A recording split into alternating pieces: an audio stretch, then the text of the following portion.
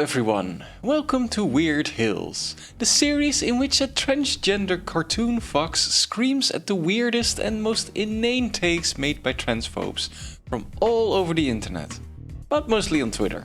A quick explanation for what this segment is all about. The name comes from the phrase "weird hill to die on", but at least you're dead. In short, when you fight with transphobes all of the time, the law of large numbers dictates that every now and then transphobes will in fact be absolutely hilarious. Just never on purpose. Maybe if they got a second joke, but that's a different discussion about how targeting vulnerable people is a time-honored way to easily draw in an audience without requiring any talent or effort. Women and gays, am I right? Gays be shopping for hot chip. On a side note, if you somehow still crave more Weird Hills content after watching this video, we have an entire playlist dedicated to this series. Link is in the doobly-doo. But while we progressives have to put effort and wit into being funny on purpose, sometimes our own comedy fails to even hold a candle to some of the sheer psychic damage-inducing nonsense that transphobes come up with. We were also considering calling this segment "Transphobes Say the Damnedest Things", but we reconsidered that after Jello contacted us for an advertisement deal. For legal reasons, that was a joke. We wouldn't allow our videos to be sponsored by Jello. I'd rather take a sponsorship by... Hey, at Raid RPG, I've heard you pay slightly more than @Jello does for YouTube promotion. Please work, please work, please work. Speaking of horse paste, let's jump right in. You know very well that you constantly harass gay men for refusing to have sex with trans men. Can you find a single case where I have done that? I've always been very clear. Nobody is ever obligated to sleep with anyone. If you decline with a side of bigotry, the bigotry is the problem, not saying no. I am an adult woman, so naturally am familiar with passive-aggressive date rape tactics. It is not bigoted to turn someone down for sex because they are not the sex you are attracted to. You pretend it is so that you can use moral intimidation to undermine sexual boundaries. Hey, wait a second. Did this person just imply that they're an adult woman, so they know how gay men got treated? I would also like to point out that, within the GC worldview, it is considered impossible to rape someone unless the abuser is a male. And they see trans men as female, so either they misspoke, or they just unintentionally revealed that their expressed views are a lie invented to justify being an asshole for no reason. Interesting. Isn't it interesting how trans men deserve scrutiny for wanting to sleep with gay men? But there is no such attention anywhere to cis women who pressure gay men out of actual homophobia? Why are gay men's struggles only important when it's in the service of cishet women's feelings? Hell, TERFs go out of their way to pretend that trans men getting to hang out with cis gay men is Homophobic coercion! Homophobic coercion. As if a trans dude being at a movie night for gay men means gay penises have been forced into his box. Shout out to the cis gay men who not only allow trans men into their circles, but celebrate them being there. I heart y'all so much. You're living a lie. You're just wearing a flesh costume. Flesh costume? But TERFs do care about gay men affected by comfort, right? Right? They wouldn't dream of shaming a gay man for being too scared for his own safety to come out? Or being in denial because of how persistently a heteronormative society pressures us to be straight? Right? My husband came out as gay after 21 years together. This is emotional for me. Imagine wasting 21 goddamn years of a woman's life. Damn, him being forced into the closet all that time? Having vagina forced on gay penis for 21 years? Nah, the real victim is the straight woman whose precious 21 years were wasted, as if she was entitled to his sexual performance.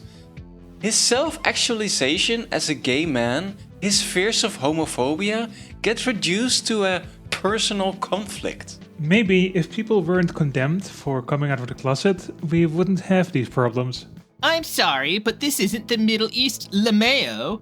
White gay men are not condemned anywhere in the Western world, let alone Los Angeles, California. And any minor personal conflicts do not justify destroying 2 decades of someone else's life. Mrs. Slatz, have you considered that maybe we should blame heteronormativity for wasting 21 years of 2 people's lives instead of victim blaming someone who married a woman while him getting to marry a man wouldn't be recognized legally or culturally for another freaking decade?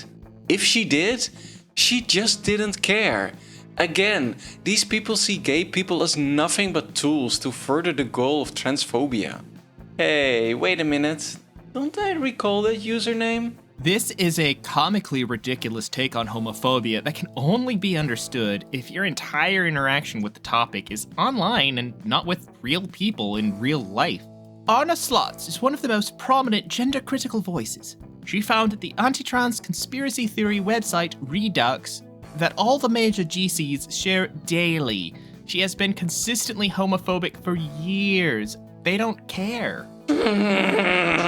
So, I think it's reasonable to say that if these gender-critical people actually gave a flying fuck about gay men and the right of gay men to not be pressured into sex with people they don't want to have sex with, they would eject Anna Slatz from their movement. But of course, they only act like they care about that issue when it's part of their facade to seem like their motivation is protection instead of what it really is: cruelty and selfishness. They are literally treating gay men as a political hostage when they think it makes them look good. And then willingly hurt those same gay men by ignoring the harms of compulsory heterosexuality. Just like if you value the lives of Jewish people just as much as anyone else, you'll refuse to stand for. Thurlow also denied in the article saying that his National Socialist group is racist, saying facts cannot be racist.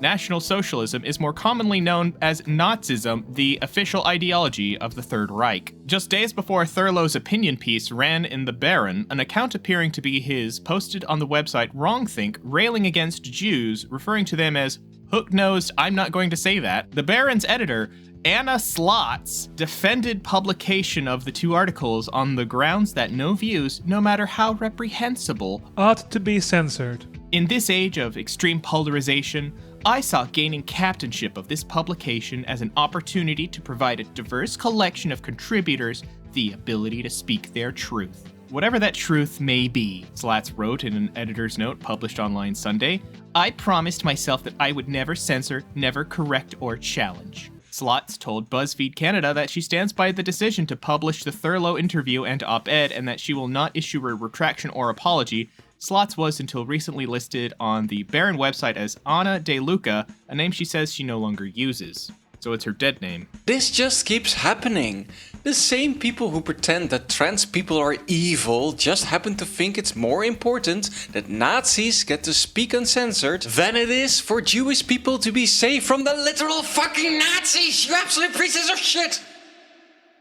Forms of bigotry rarely travel alone, though they often march single file to hide their numbers.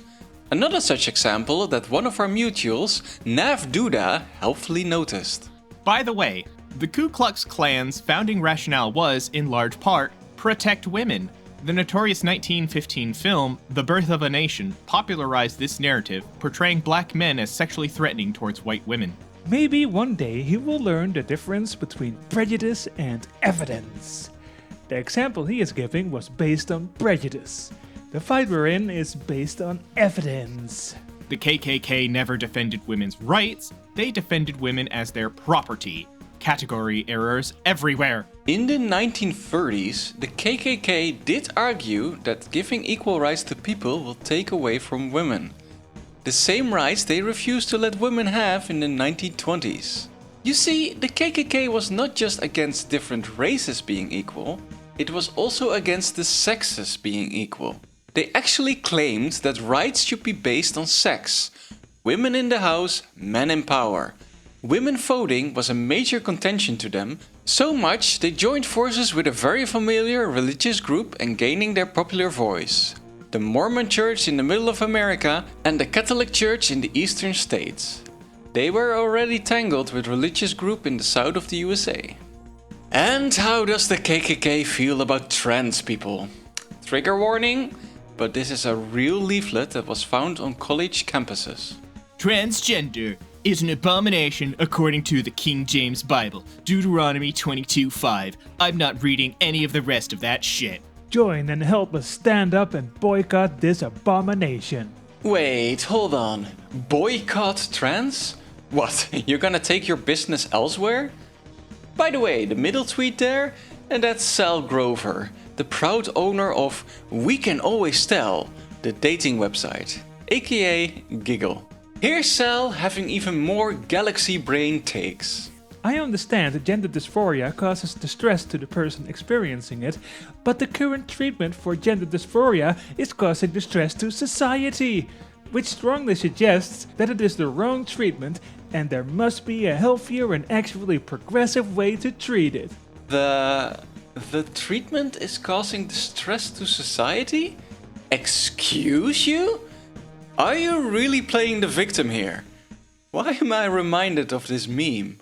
Yeah, that depression you're going through is tough, but have you considered how your medication makes me feel when you take it? No, and I will continue to not give a shit about your desire to make me more palatable to your beliefs, jackass. How cruel and selfish do you have to be to think it's more important that you feel comfortable with someone else's body than it is for them to feel comfortable with their own body and on their own terms? How much less meaningful do you have to think everyone else's existence is compared to your own to say this kind of shit? You're not the main character of real life. You don't get to put your lifestyle preference over our bodily autonomy and self-determination.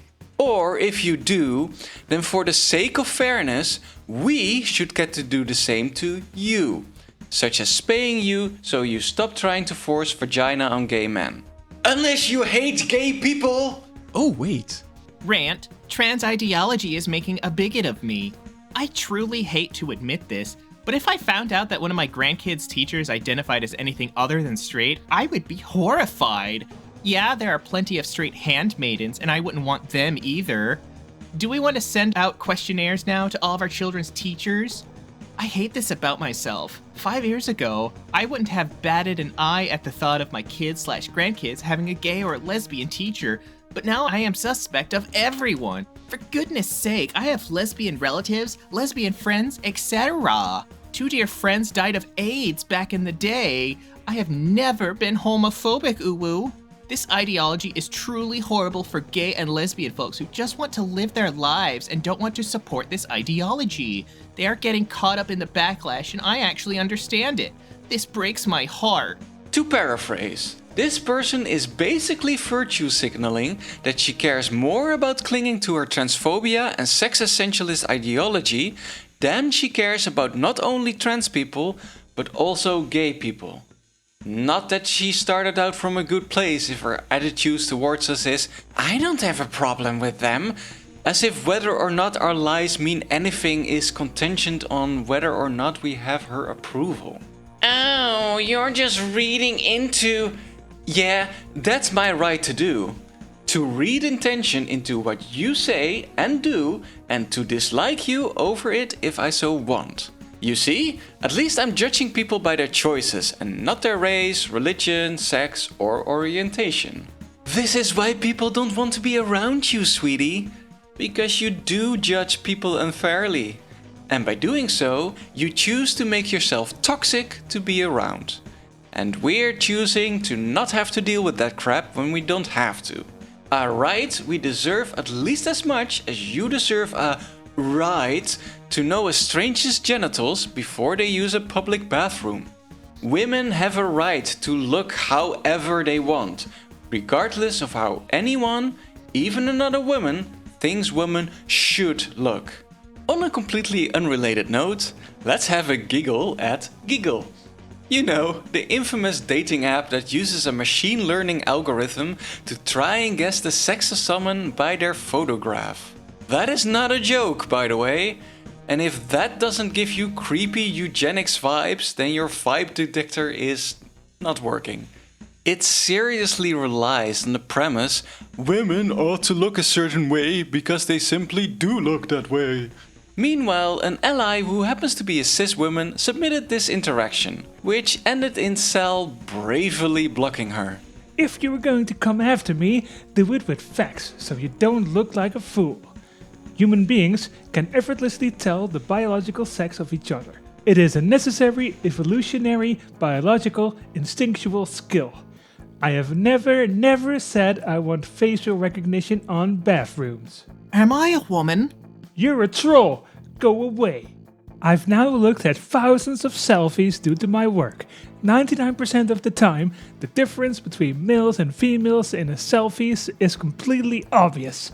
1% of the time, you may need to take a moment, I'm talking 5 seconds, but once you've studied the whole image, again, it becomes obvious. Can we take a minute to appreciate how she just implied that she only sees other human beings in the form of selfies? This looks female. I can tell from some of the AI and seeing quite a few selfies in my time. Also, it's not obvious if you need to take your time and study the subject first. That's not how language works. If something seems obvious but you're wrong about it, then it wasn't actually obvious. Sal is basically running on the assumption that if something is usually obvious, then it's obviously always obvious. I can actually confirm this is true regarding AI. I have 3 years of experience in it. However, we have had our AI accuracy set to 94% accuracy. It did make mistakes 6% of the time, but the human eye corrected those mistakes within seconds of seeing the image. This is amazing! If you know anything about machine learning, and we here at CritFacts Studios just so happen to, then you'll see right away this person understands artificial intelligence about as well as Elon Musk understands how code works. Just print it out, dog! In fact, we're calling in our science advisor Lunos, who has some formal training on the subject. So, first of all, it's inaccurate to call it artificial intelligence. It's a machine learning algorithm, which is a process by which a computer tries to look for correlations in a sample set, and from that training set, it calculates an algorithm to try to replicate differentiation. And this is why we don't let nerds write for us. Nerd! To put it in more plain words, you feed in a sample set of data and the computer tries to reverse engineer ways to figure out what it's looking at. But you have to know what you're actually doing when you give it the data and when you implement it. One of the more amusing examples that gets brought out in classes where they teach about machine learning is when they tried to make a program that could tell the difference between American and Russian tanks. They fed the algorithm a whole bunch of photographs of American tanks and Russian tanks, and the computer confidently responded that it could tell the difference accurately given the examples it was working with. So they fed it some pictures and the computer was very accurate except for the same several images every single time. It guessed the most obvious American tanks to be Russian and the most obvious Russian tanks to be American. And they were puzzling over this for the longest time until somebody realized the pictures were all taken outside and Russian weather is even worse than UK weather, and weather in the United States is often sunny.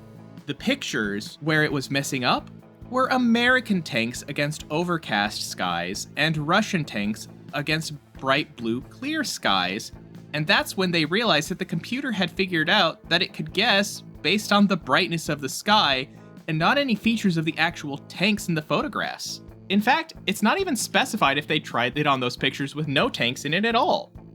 Behold, an American tank. So let's ask ourselves, was Sal Grover smarter than the scientist in this anecdote? Did she learn from their mistakes? No, she did not. There have been reports of people signing up for the Giggle app with hilarious inaccurate results or very telling differences that led them to getting accepted after initially being clogged by said algorithm. Literally putting on makeup and lipstick was enough for plenty of cisgender men to gain access to the application.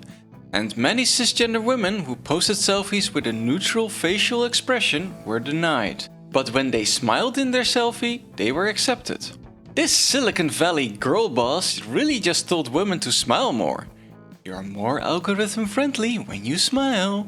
The Giggle onboarding selfie has to be in real time, i.e. you can't upload other pictures for this particular process. For profile pics within the app, of course, pics can be uploaded. So when males claim to have onboarded Giggle, we investigate and the human eye can always tell. She blocked me after this. I didn't even get to mention my assigned gender at birth, female, or the fact that I'm not trans, or, and this is the key part, that her software let me into Giggle so that it was likely her who blocked me in the first 30 minutes of my using the app. It turns out, looking at someone's face is only truly a reliable indicator of what their face looks like. Are certain facial features highly correlated with other sexual characteristics? Yep. Are they perfect indicators? No. Yet these weirdos have the audacity to claim we evolved to steal sex as a defensive mechanism, which is such a broken thought.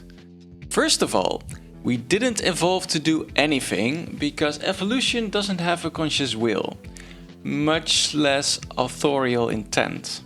Second, why would humans invest evolution points, to borrow a metaphor from Tirsu, into sex differentiation as a defensive mechanism, unless there was some sort of intra-species arms race to be sexually ambiguous as a reproduction or dominance strategy on an evolutionary level? Seriously though, if someone sees a transgender or androgynous person, makes an assumption about what genitals they have or were born with, and turns out to be wrong, they were not deceived. They made an assumption and they were wrong. The alternative is believing that we have a duty to dress so as to signal our gonads. Fuck that. To be fair, there are a few species that do have some sort of adversarial relationship with their mates. Ducks in particular have been in an evolutionary arms race with each other because a prominent mating strategy for male ducks is to fertilize first, ask for permission later. Yes, ducks as a species are instinctively driven to become fathers by Nature is messed up, actually. But to be balanced, human beings are, in fact, featherless bipeds, not ducks. We do not have that kind of adversarial relationship with our reproductive partners, and instead have been raising our young as families and communities since before tool use. Since before we even left tangible evidence of spoken language. But even if we did evolve with this adversarial relationship between the sexes that Sal presupposes, we have this thing called consciousness, as in sapience and sentience, which has given rise to ethics, which is the timeless pursuit of trying to get into the good place by not being an asshole. Which means we are responsible for our conduct as individuals. And our communities, on every level, from friend circles and families to countries and arguably our whole damn species, we have collective responsibility to maintain an ideological ecosystem that makes people clearly understand where our own ethical freedoms end and other people's boundaries begin. Which is a long way of saying that human beings are not ducks and that we don't act based on instinct and biological impulse over our conscious choices. If a man abuses a woman, it was never because he was a man and she a woman, but because he believed that he had the right to abuse her, or he did not care about her right to not be abused. The problem is ideological, not biological.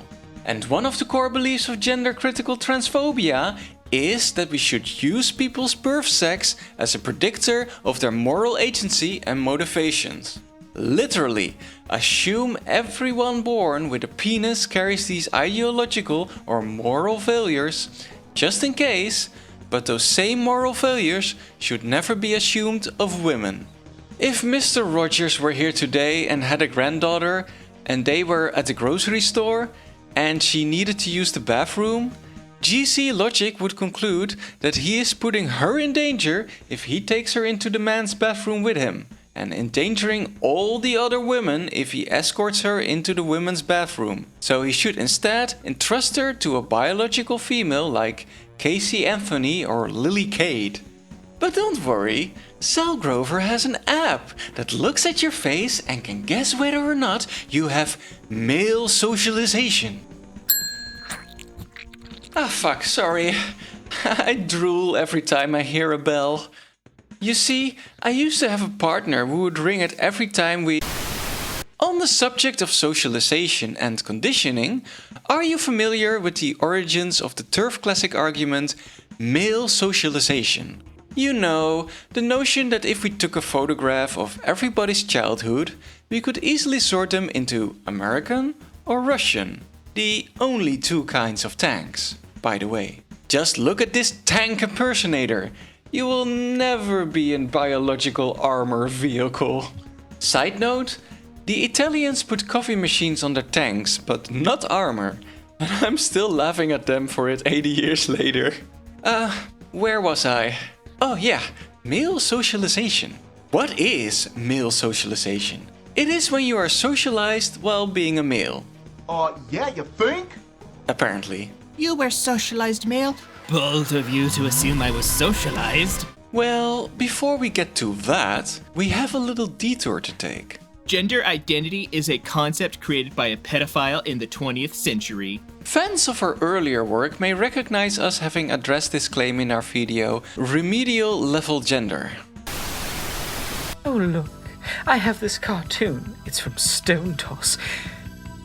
This young man points out how gender identity was coined in the 60s by a pedophile. Stone Toss is a Nazi. How do you call yourself a feminist but uncritically buy his lies? But is he wrong? Yes, you're talking about John Money, but the term was actually coined by Robert Stoller. And before that, people were talking about it but in different words. The Nazis burned down the Institute for Sexual Wissenschaft, which included the first formal Western research on trans people, gender, and trans identities.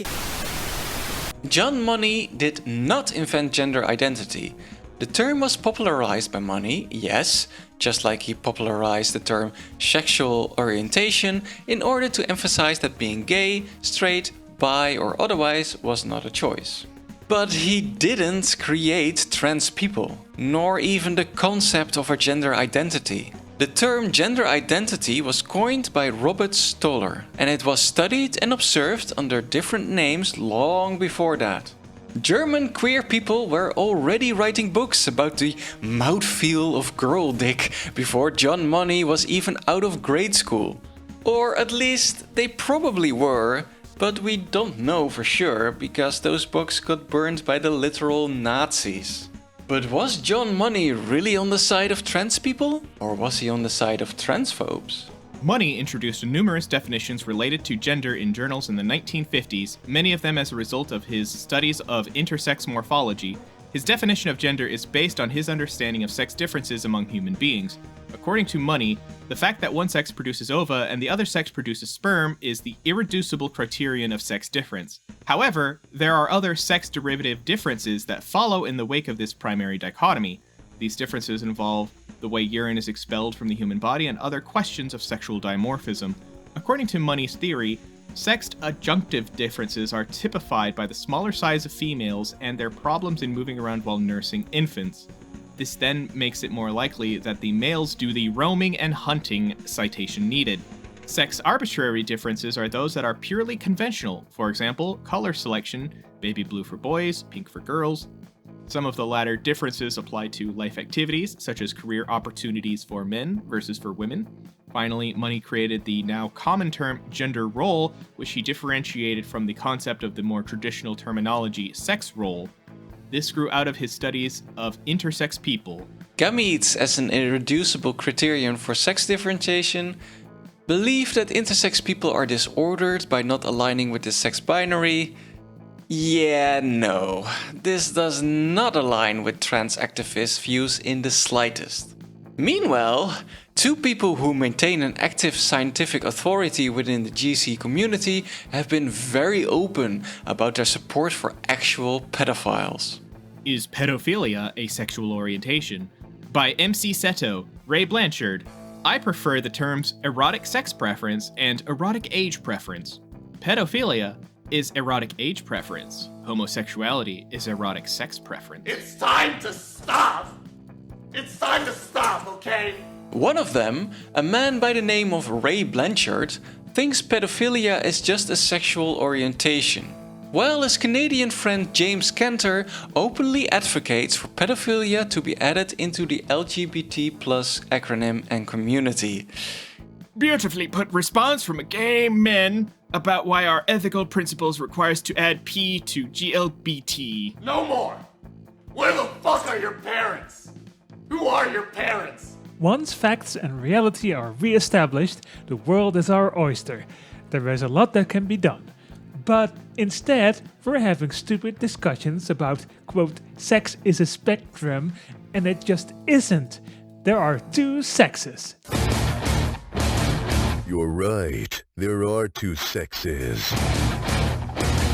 The one I have with your dad, and the one I have with your mother.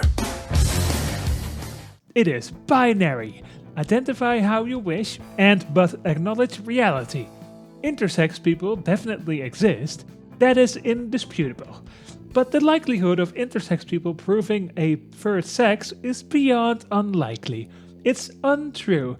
The condition is called intersex because it literally is when the two sexes are intertwined. It doesn't mean they are a third sex. Sex is binary, unless it's not. She just won't stop being relevant to this video, will she? Well, let's see if we can avoid her for the rest of the runtime.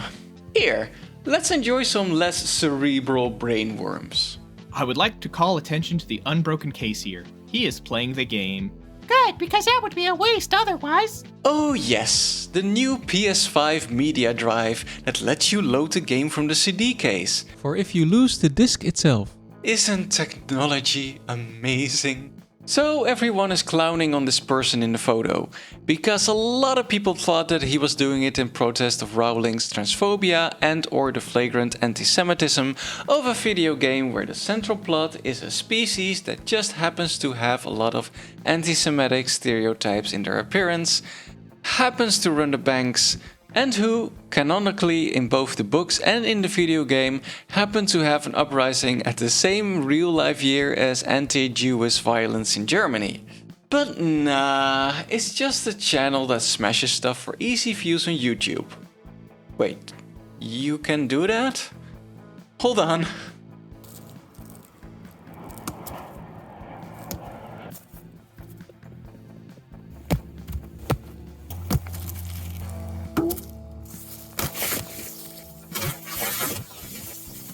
But the problem is, unless he did the ethical thing and stole it, then he has financially contributed to Rowling and the alt-right douchebag who was made lead developer and all that. Loads of trans people have pointed this out. So I don't know how this person thinks it's owning the transes to point out that this person smashing a mediocre game isn't effective activism. Person doing it isn't even trans. Don't blame us for people doing allyship badly. Don't worry, by the way. We don't just drag transphobes on this channel.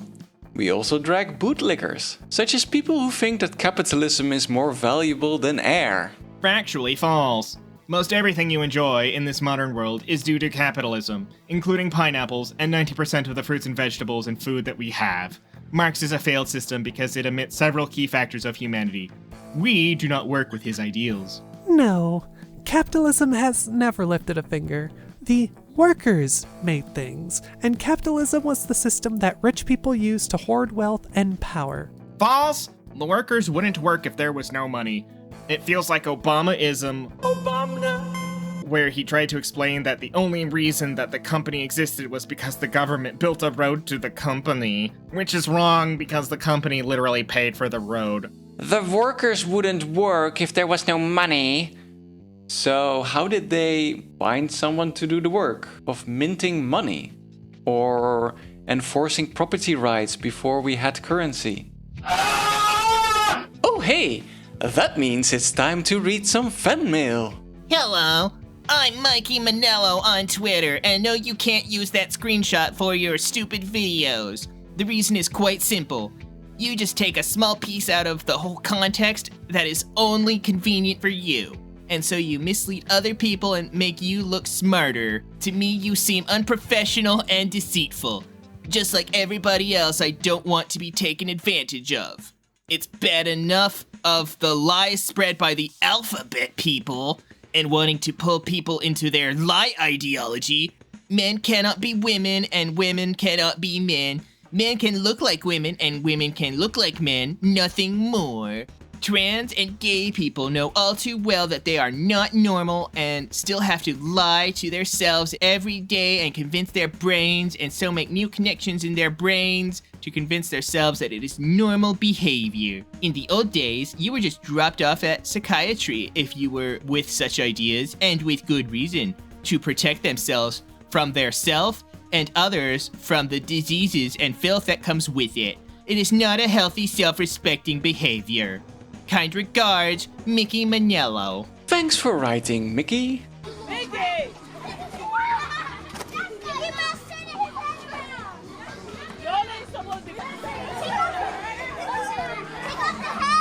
First of all, who are you? And second of all, why are you like this?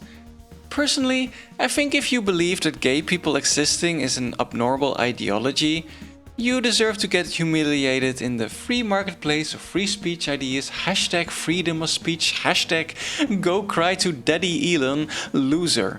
I hear you can buy his love for $8. I actually had to look up this person to try to remember who the fuck they were, and...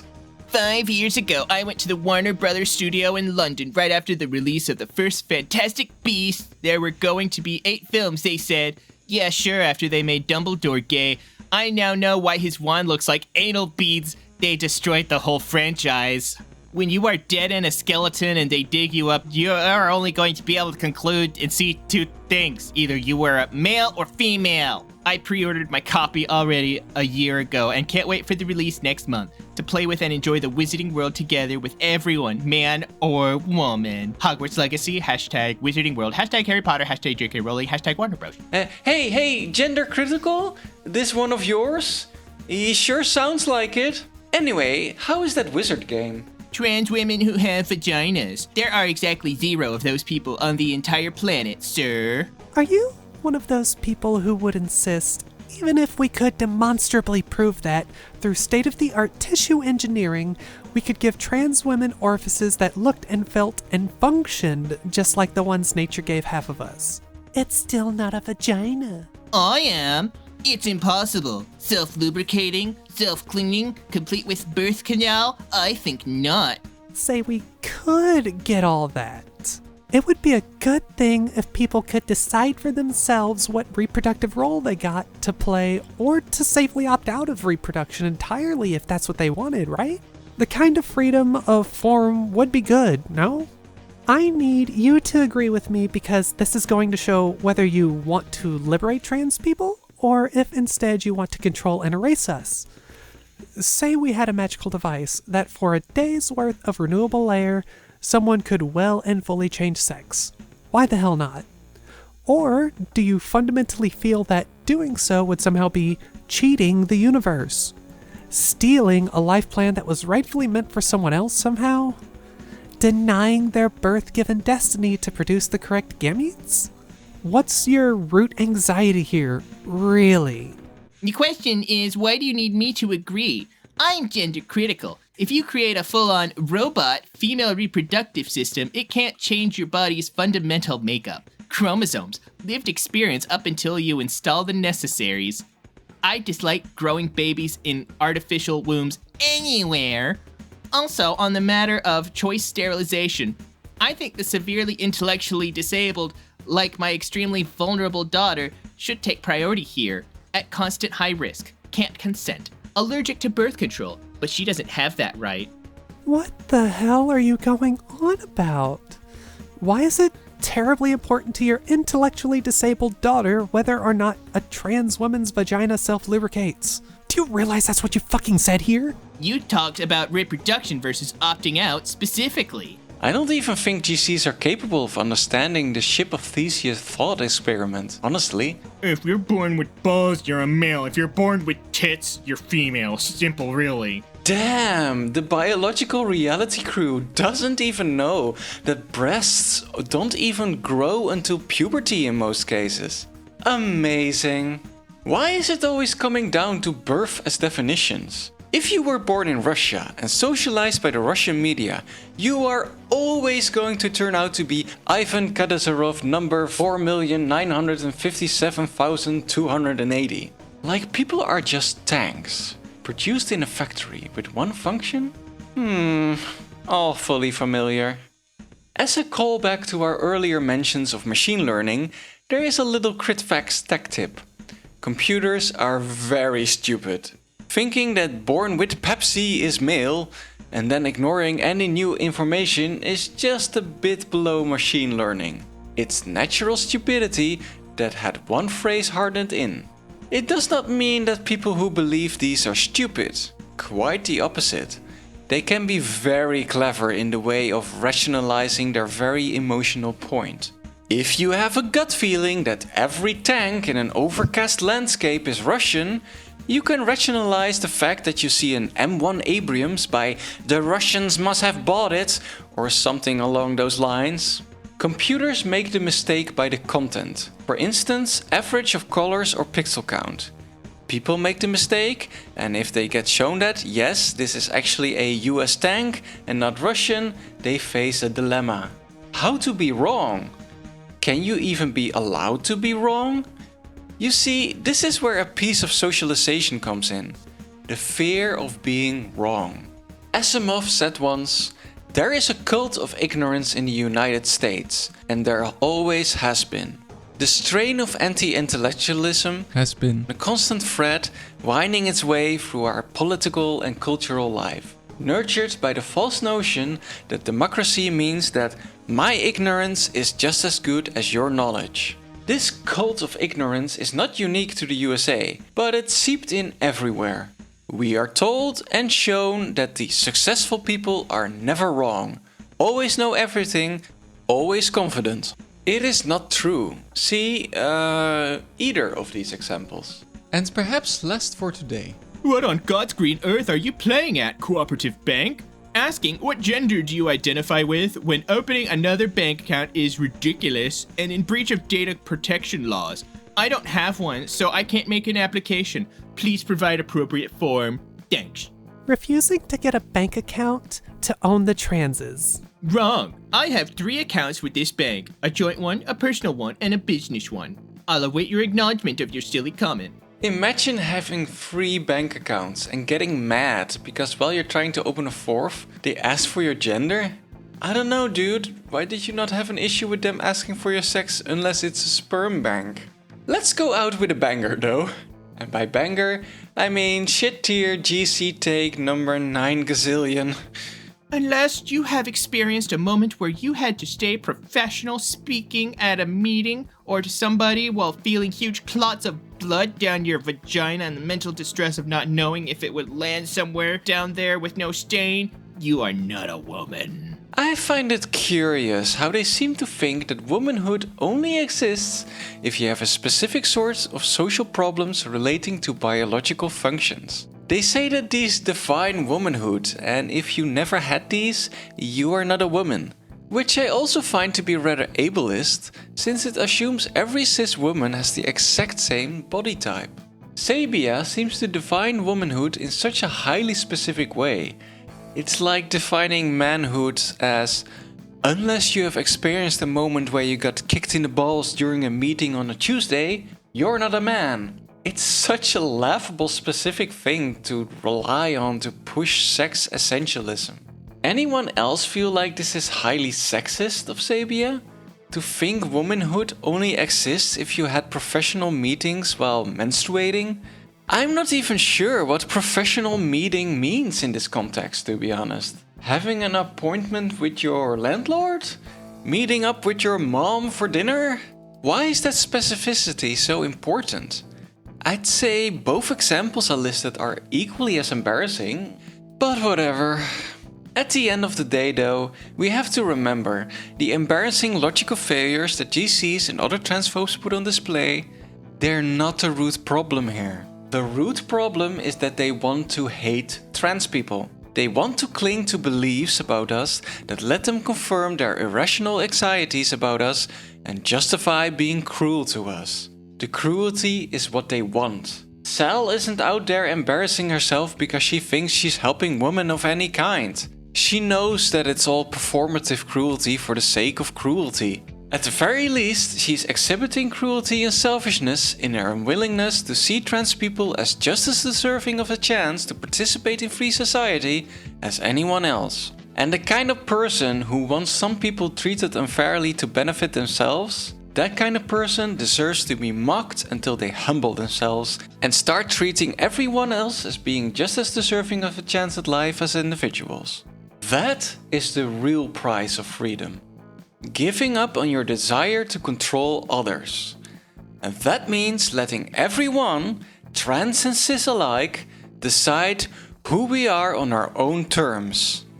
I'm not telling cis people what it means to be a man or a woman. So kindly return the favor and let me decide for myself who I am and who I should get to be. It costs you nothing that rightfully belongs to you and protects everyone's right to safety and self-actualization. Yes, including yours. Valuing human life and well-being sounds pretty woke. Hello, I'm Draggie. I did the voiceover for this episode. I make games too. Check out Disinfection on Steam. It's a really cool space horror game. I'm making it together with my lovely girlfriend Rachel, and it's pretty poggers. Yeah.